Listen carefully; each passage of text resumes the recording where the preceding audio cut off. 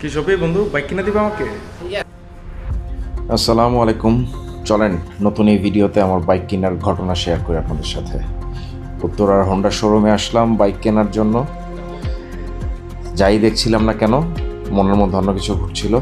সাথে আমার সহধর্মিণী এবং বাল্যকালের ফ্রেন্ডকেও নিয়ে আসলাম।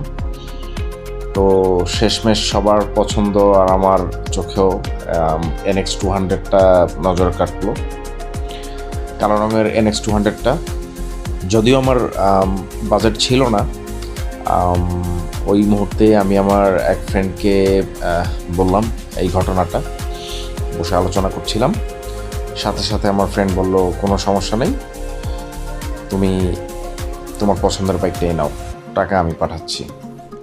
তো আমার কাছে থাকা ক্যাশ টাকাগুলি আমি কাউন্ট করতে করতেই আমার ফ্রেন্ড অনলাইনে টাকাটা পাঠিয়ে দেয়।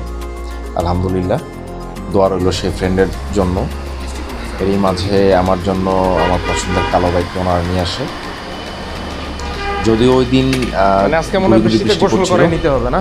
আমি ওনার সাথে দুষ্টুমি করে বৃষ্টির কথাও বলছিলাম যে আজকে হয়তো বৃষ্টিতে গোসল করিয়ে বাইকটা নিতে হবে।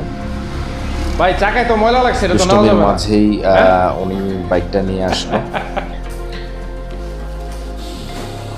আলহামদুলিল্লাহ আবারও বলছি, কারণ এত দামি একটা বাইক ওই মুহূর্তে কিনবো বা কিনতে পারবো সেটা আসলে ভাবে ভাবি নাই। তো ওনারা বাইকটা আনর্যাপ করছিল, আনর্যাপ করতে করতে আমি পেমেন্টটাও ক্লিয়ার করে ফেলি। এরপর ওনারা বাইকটা সার্ভিসিং সেন্টারে নিয়ে যায়।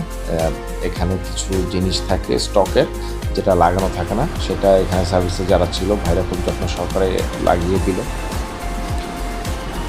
এরপর এখান থেকে ওনাদের পরবর্তী স্টেপ যেটা ফটো সেশন, আমাকে চাবিটা হ্যান্ডওভার করে। যথারীতি আমি আমার সহধর্মী এবং আমার ফ্রেন্ডকে নিয়ে একসাথে দাঁড়িয়ে আমরা ফটো সেশনটা ছাড়ি। এরপরে ওনারা আমাকে চাবিটা দেয়। ভালো লাগছিল তখন। চাবিটা পেয়ে আমি বাইকটা স্টার্ট দেই।